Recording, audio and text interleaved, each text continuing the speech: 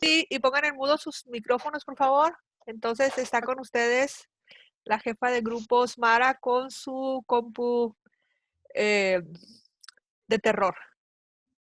Profe, si me equivoco, no se voy a reír de mí ni me voy a No, regañar. todo ya empecé a grabar, Osmara, así que no te preocupes, vamos a ver todos los bloopers en el YouTube. Ay, qué vergüenza. Bueno, Ok, buenos días, chicos. Pues mi nombre es Osmara Leal y pertenezco al grupo 503 y les vengo a hablar sobre el síndrome urémico, nefrótico y nefrítico. Vamos a empezar con una pequeña introducción de lo que es el aparato urinario.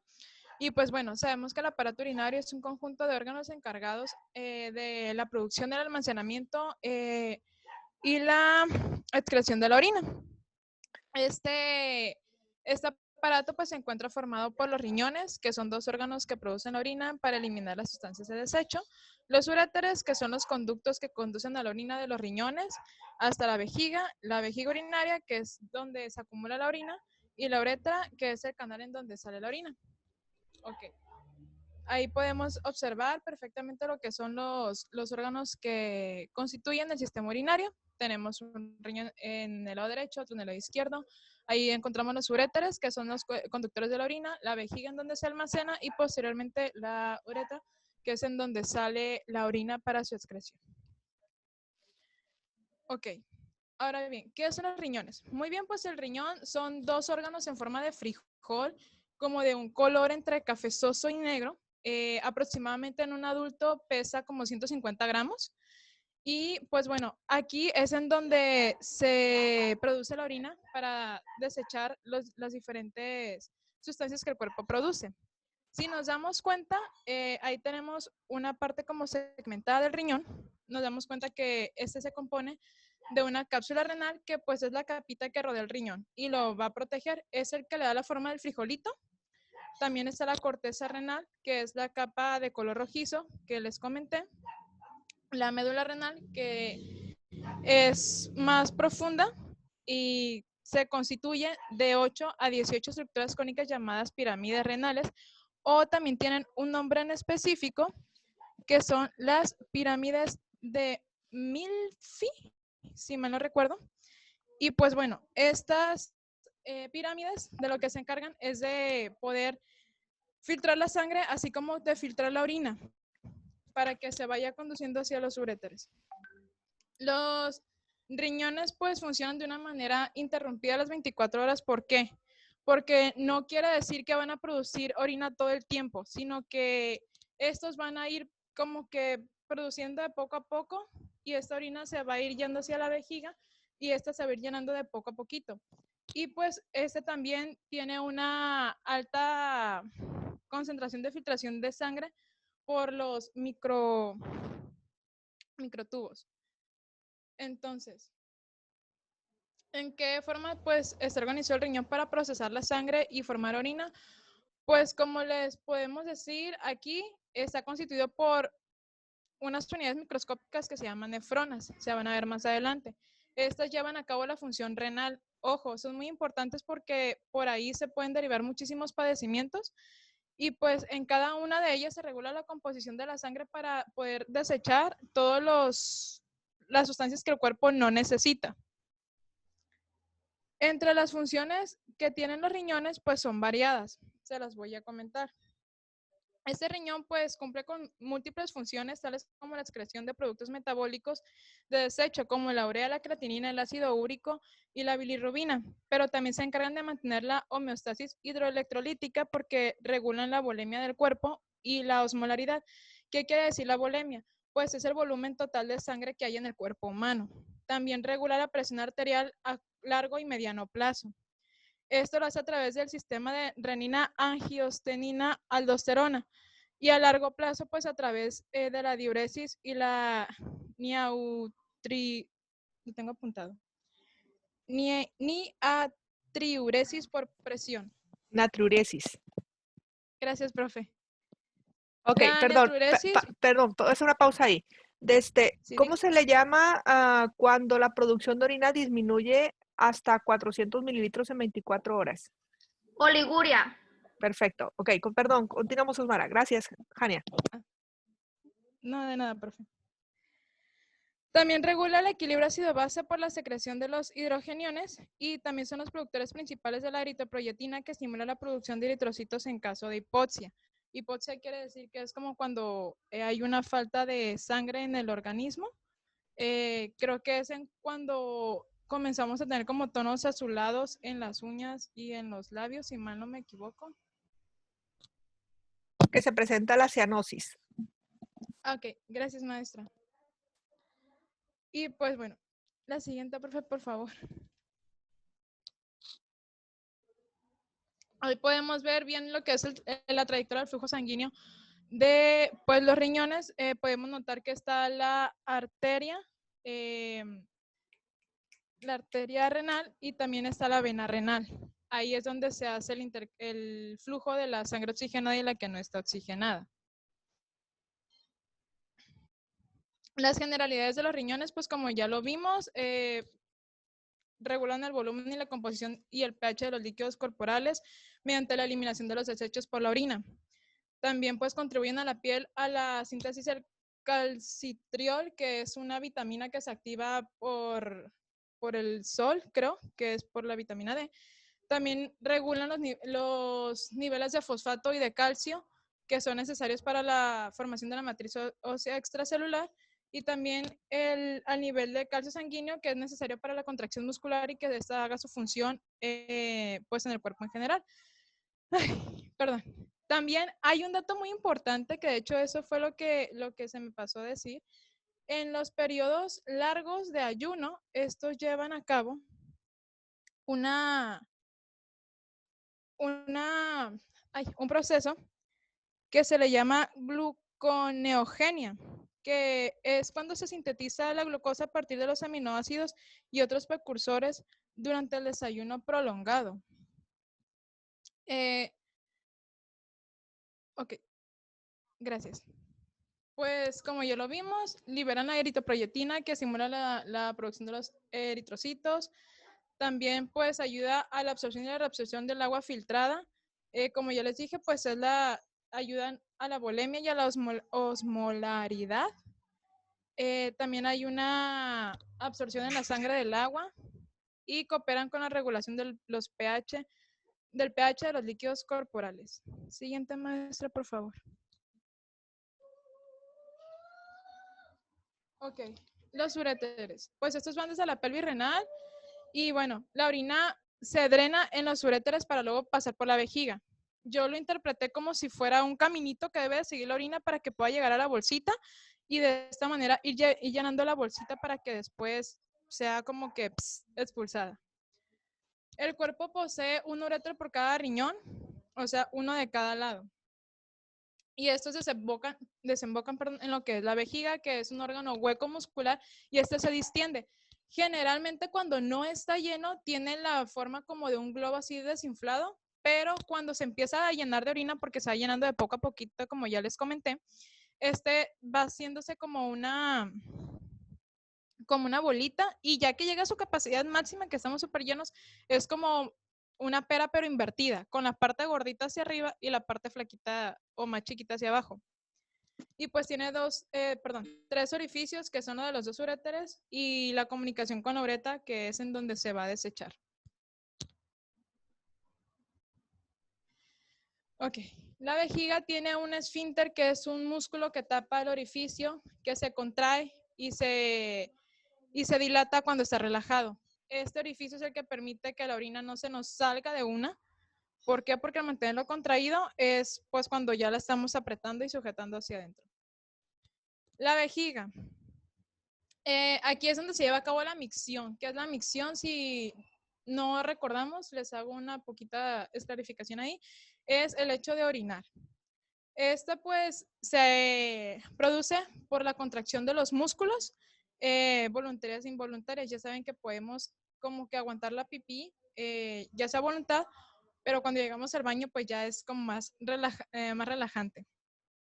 Entonces, aquí como se dice, el llenado de la vejiga provoca una sensación de plenitud, que es en cuando ya no aguantamos y ya tenemos que ir urgente al baño. Entonces, como ya les comenté, la vejiga es como un compartimiento en donde se va a guardar la orina. La uretra pues, hombres y mujeres tenemos uretra, sí. No crean que solamente es de los hombres, porque por ahí hubo dudas de que también las mujeres tenemos uretra, sí. ¿Por qué? Porque la uretra es el conducto que se extiende desde el extremo inferior de la vejiga hacia el exterior del cuerpo, o sea, por donde sale la pis. Es la porción terminal del aparato urinario, como ahí se menciona, y pues en los varones sí está más larga porque mide unos 20 centímetros de lo que es la longitud, pero en las mujeres hay, pues es más chiquita, pues hay una enorme diferencia por la misma De 4 a diferencia. 5, Sí, prolongando a nosotras las mujeres infecciones urinarias. sí, gracias. Y pues ahí está lo que dijo Jani. Y pues bueno, el resumen de los órganos del sistema urinario, pues yo creo que ya nos quedó muy claro que es en los riñones en donde pues se produce la orina y pues ya eso ya lo vimos. Las sustancias que son filtradas, reabsorbidas y excretadas en la orina, pues es el agua, las proteínas, los iones de cloro, los iones de cloruro, los de bicarbonato, la glucosa, la urea, los iones de potasio, el ácido úrico y la creatinina. Hay que tener principal cuidado cuando notamos que en un paciente está tirando demasiada proteína y la creatinina por la orina. ¿Por qué? Porque eso nos está indicando. Permítame, profe. Sí, aquí lo que comenta su compañera con respecto a estos resultados en la filtración glomerular, si ustedes observan, son de 180 litros por día aproximadamente, y los cuales solamente se van a producir de 1 a 2 litros de orina. Si ustedes observan, cuando su compañera habla de proteínas, pues pudiéramos decir la glucosa y las proteínas que están aquí, ambas prácticamente no deben de manifestarse en la producción de orina. Si ustedes observan, se reabsorben en su totalidad. Entonces, si el paciente presenta la excreción de glucosa por la orina, ¿cómo se le llama eso? Proteinuria. Si ¿Cuál es la solamente es pregunta? glucosa, la excreción Oh, de glucosa por la orina. Si cuando excreta proteínas es proteinuria, cuando excreta glucosa, ¿cómo se le llama? Se llama glucosuria.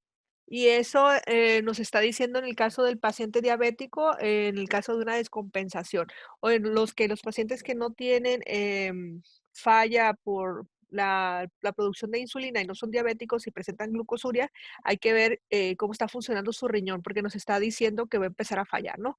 Entonces, la creatinina, si ustedes observan, cuando se filtra, esa se elimina, no se reabsorbe. Sin embargo, si estos valores aumentan, vamos a tener nosotros en el paciente pues trastornos hemodinámicos muy importantes porque la creatinina tiene que ver con el volumen de líquidos del cuerpo, ¿no? Entonces, estos resultados que están aquí son los resultados que nosotros vamos a ver en el examen general de orina y cuando tenemos alguna alteración, el laboratorio nos lo va a referir, pero como preguntas generales, la producción de orina son entre 1 y 2 litros, aproximadamente en el adulto son 1,700 mililitros, pero si esto disminuye a menos de 500 mililitros, 400, como les decía ahorita, es oliguria y no es normal. ¿Qué significa? Que esa tasa de filtración glomerular está siendo pues afectada, ¿no? Hablando de los electrolitos como es cloro, bicarbonato, sodio, potasio, pues eso nos van a ayudar a nosotros para tratar de tener un equilibrio hablando de la tensión arterial. Entonces, aquí hay algunos comentarios, como les decía ahorita, la presencia de glucosa en la orina se llama glucosuria, la presencia de eritrocitos se llama hematuria, la presencia de bilirrubinas, bilirrubinuria, y eso es importante que ustedes los conozcan porque son anormalidades dentro del funcionamiento renal. Cuando estamos hablando de la nefrona, ahorita les comentaba a sus compañera Osmara, que es la unidad funcional del riñón y pues que tiene varias partes, lo que es el corpúsculo Sí, renal y el túbulo renal. ya ¿Listo, volví, de Osmara? hecho. Ah, ok, Sí. estamos aquí en la nefrona, ¿sí? Entonces vamos a hablar un poquito de la formación de plasma o la filtración de plasma en la nefrona. Ok, bueno. Ay, perdón. Tranquila, no pasa nada. No, es que acabo de correr, perdón. No, tranquila, tranquila. El plasma se va a filtrar por la cápsula glomerular, que, bueno, contiene la nefrona. Y pues este va a ir pasando al tubo renal. Eh, por la zona del hilio renal entra una arteria de tamaño, pues, perdón, de gran tamaño, que es la arteria renal, que es la que lleva la sangre al riñón, como les comenté al inicio. Y esta se va a ramificar en arteriolas aferentes. Recuerden que les comenté que tiene muchísima irrigación sanguínea lo que es el riñón. Entonces, la nefrona, al recibir una arteriola, se va a dividir en una red en donde va a haber muchos capilares que se llaman glomérulos. Estos se van a reunir y van a transportar la sangre fuera del glomérulo y se van a ramificar en otros capilares. Y pues por medio Ay, perdón. Perdón. A ver. Ok. Se va a ramificar en capilares pertibulares, que son los que van a rodear a la nefrona, y posteriormente se van a reunir y van a formar unas vénulas que se les llama vénulas peritubulares, y van a formar la vena renal. Esta va a salir por el ilio. Y aquí la sangre pues va a abandonar completamente el riñón y va a desembocar en la vena cava inferior. No sé si me explico, que es como una red que va redirigiendo a otra, hasta que la sangre sale por el riñón. No sé si quedó claro ahí. Sí, es más o menos como lo que veíamos cuando hablábamos del pulmón, de cómo ingresa la sangre al alvéolo para luego transportarse hasta el capilar pulmonar para poder llevar a cabo el intercambio gaseoso. Más o menos viene siendo lo mismo, pero es aquí en el riñón, y luego posteriormente se empieza a invertir el calibre hasta la nueva formación de la vena renal para tener nosotros la producción de sangre que está filtrada, y pues como producto final también en esos túbulos lo que viene siendo la formación de orina.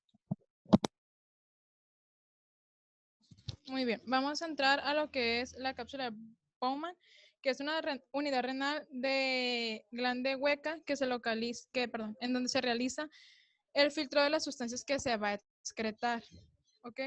Aquí es donde se filtra más o menos lo que entiendo yo como la orina, y esta está localizada al principio del componente tubular de una nefrona en el riñón de pues cada mamífero. Y pues lo que está encerrado dentro es de esta cápsula, ahí pues es lo que es el glomérulo. En esas patologías, cuando hablamos de glomerulonefritis, hablamos de este glomérulo que empieza a fallar a expensas de un volumen inadecuado de filtración, a expensas de aumentar lo que viene siendo su filtración glomerular, incluso a veces sacrificándose porque la sangre que está llegando por esta arteriola pues es insuficiente para poder estar trabajando, y las presiones de sangre glomerular cambian. Entonces, por eso nosotros hablamos de diferentes síndromes que se caracterizan, unos de ellos por hipertensión, que se caracterizan por edema, y tiene que ver incluso a veces por procesos como anemia en nuestros pacientes, y es porque este glomérulo, las cápsulas y los espacios están siendo alterados. De hecho, lo que es la cápsula de Bowman tiene dos polos, que es el polo vascular, en donde en este va a entrar por la arteriola aferente y pues sale por la arteriola eferente. Y el polo urinario, aquí es donde se va a producir el filtrado pues de los capilares, y pues son recogidos por la cápsula de Bowman y se vierte al túbulo contorneado proximal, en donde pues ya se hace la filtración total. Y como aquí podemos ver, pues las sustancias filtradas son el agua y los solutos presentes en la sangre, menos las proteínas como los iones, la glucosa, los aminoácidos, la creatinina y el ácido úrico.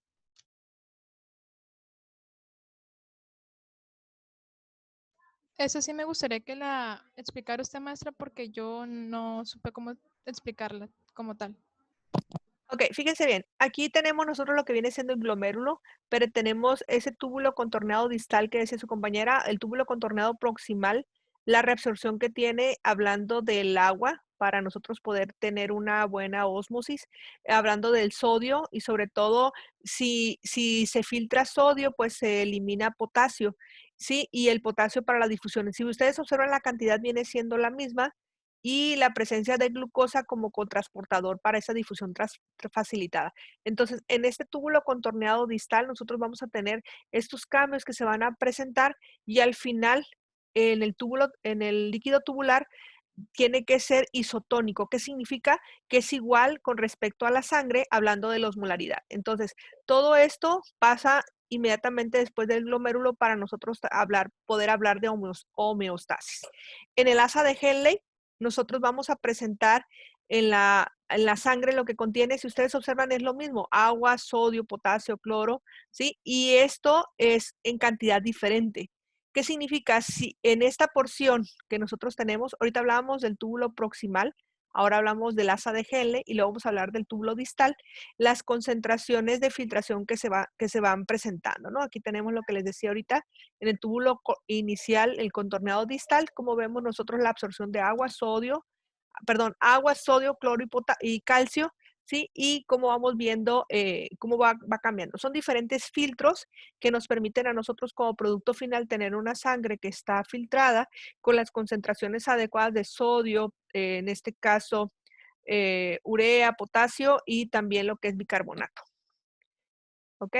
Entonces, el recorrido de la orina se va a llevar primero por esa arteriola eferente, entra al glomérulo, pasa a lo que tenemos nosotros en esa cápsula de Bowman, ¿sí? Y pasa a estos túbulos para la producción de orina.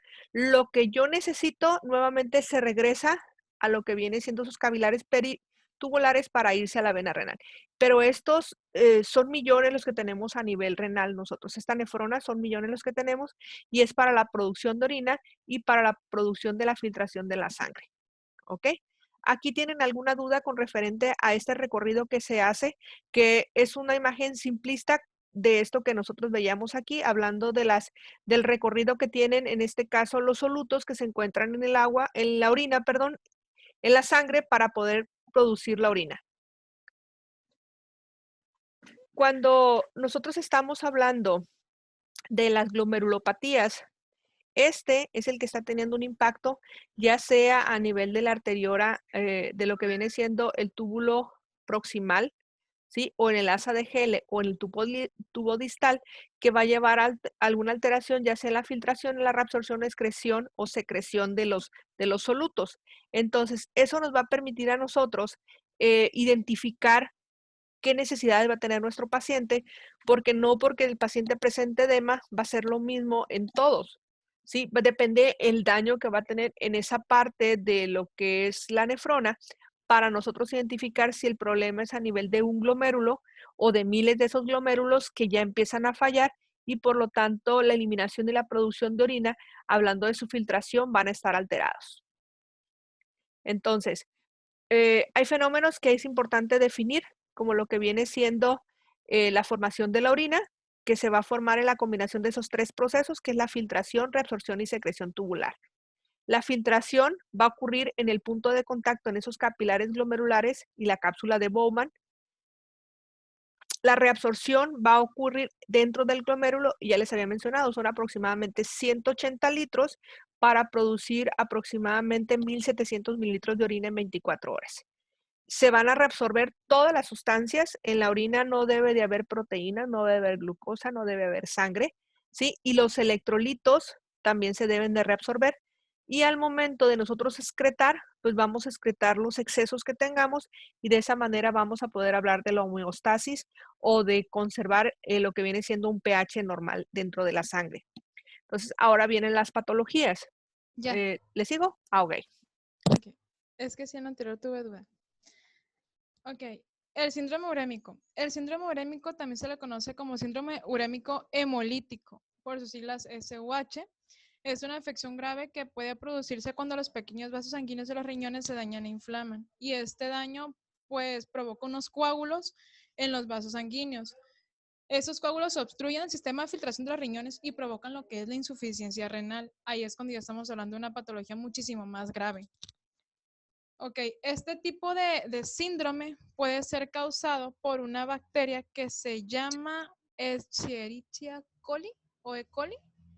Y pues el primer síntoma de este es una diarrea que dura muchísimos días, es prolongada, pero tiene una característica que puede tener sangre. Entonces, aquí como lo vemos en la etiología, se produce por comer carne o productos contaminados, nadar en piscinas o lagos contaminados con heces y tener un contacto cercano con una persona infectada. Aquí, como también lo menciona la maestra, ay, no sé por qué estoy apuntando con el dedo, puede presentarse también por los tumores u otras afecciones asociadas a los medicamentos. Entonces, aquí los vasos sanguíneos producen una ulceración endotelial, las plaquetas se activan generando una trombosis. Se afecta lo que es el intestino, el riñón, el sistema nervioso central. Y la caída de filtrado glomerular debido a la microtrombosis lleva a la retención de la urea, la creatinina, el ácido úrico y los fosfatos. Entonces, debido al consumo de las plaquetas se va a producir una trombocitopenia con la aparición de hemorragias espontáneas. Es por eso que se asocia lo que es la sangre dentro de las diarreas. ¿Sí, maestra? Sí, además que eso nosotros lo vamos a ver con la formación de equimosis en algunas otras partes del cuerpo. Al no tener un buen sistema para evitar las hemorragias, como vienen siendo las plaquetas, los pacientes van a tener hemorragias. Gracias. De hecho, también decía que eso se debía a que había una anemia hemolítica. Esta anemia hemolítica es una afección un tanto rara también. ¿Por qué? Porque los glóbulos rojos se destruyen, pero desde adentro, pues. Entonces, Los ¿sí digan? glóbulos rojos deben de ser así redonditos, como si fuera un disco bicóncavo. Yo ya desayuné, ¿no? Pero imagínense que es un pepperoni bien doradito, ¿sí? Un poquito de así, como lo vemos aquí. Y cuando el paciente tiene un síndrome urémico, este tiene una forma diferente. Al momento de pasar por el capilar, que son estos agujeritos que son normalmente redondos, chocan y lo que hace es que se rompen. Y pues estos pacientes van a tener insuficiencia renal. Por eso viene dentro de este síndrome las características de nuestros pacientes, porque el diagnóstico lo vamos a hacer a través de un examen general de orina y obviamente, como mencionaba su compañera ahorita, la presencia de sangre en las evacuaciones, pues también nos obliga a hacer un análisis de heces. Ok, continuamos, Osmara. Maestra, pero lo curioso es que decía que este tipo de padecimiento era más frecuente en niños. Sí, es más frecuente en niños. Sin embargo, cuando nosotros estamos hablando del síndrome urémico y la falla renal va a condicionar a que tengamos trastornos a nivel de la homeostasis de la sangre y Ujú. ese estado ácido base nos va a llevar a nosotros a problemas de hipertensión. Y acuérdense que el líquido que tenemos donde está soportado el encéfalo, pues es líquido al fin de cuentas y ese aumenta la presión intracraneana, aumenta los productos de desecho que no se filtran por la orina y el paciente va a tener patologías a nivel cerebral. Entonces, sí es cierto, es más común en los niños, pero cuando encontramos nosotros falla, esos pacientes pueden cursar con un síndrome que se llama Kernicterus. Luego se los voy a escribir ahí en el grupo para que lo chequen. Y es una complicación del síndrome urémico por el exceso de las sustancias que no se eliminan por orina. Ok, gracias. Vámonos con síndrome nefrítico, por favor. El síndrome nefrítico, pues es una de las formas más como que comunes, por así decirlo, de las enfermedades glomerulares. Esto se va a caracterizar por la aparición de hematuria, o sea, va a ser orina con sangre, oliguria, daño renal agudo y pues lo que se va a manifestar, pero en cierta disminución, es la tasa del filtrado glomerular y la retención de líquidos. Ok, aquí va a haber un edema. Si no me equivoco, las personas que tienen ese tipo de síndromes van a tener una edematización desde los párpados de los ojos y después se van a ir edematizando eh, a mayor nivel con base pasa el tiempo. Entonces, aquí va a haber cefaleas, vómitos y convulsiones en un estado confusional en elevaciones graves por la presión arterial. Va a haber una presión, no, una elevación de la presión arterial eh, por medio de la irrigación sanguínea de lo que son los riñones, si no me Sí, equivoco, así lo entendí. sí, eso va a condicionar a que los pacientes presenten esto y al tener mayor líquido circulando, el corazón tiene que bombear un volumen mayor y pues también vamos a tener un problema de insuficiencia cardíaca por exceso de sangre, ¿no? Entonces, cuando nosotros estamos hablando del síndrome nefrítico, es cualquier lesión glomerular, ya sea procesos infecciosos o que tenemos alguna enfermedad sistémica como hipertensión que ya logra dañar el riñón, pues vamos a presentar nosotros el síndrome nefrítico. Igual, si ustedes observan, también los niños son los más afectados.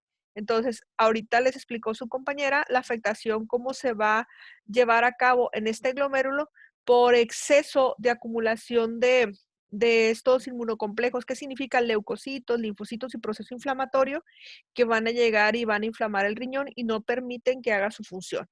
Entonces, por eso estos pacientes van a presentar ese cuadro clínico. ¿Ok? ¿Continuamos? Gracias. Aquí tendremos que llevar una exploración física y los datos que sean compatibles con el síndrome nefrítico agudo. Aquí, como también tenemos que observar, es la dematización del paciente. Al momento en que hay una dematización, ya es, puede ser un desencadenante a que puede haber un problema con la orina y los líquidos que este paciente pueda estar reteniendo, así como las sustancias que puede haber dentro de su organismo. Desde también lo que aparece dentro de la orina, como comenté principalmente.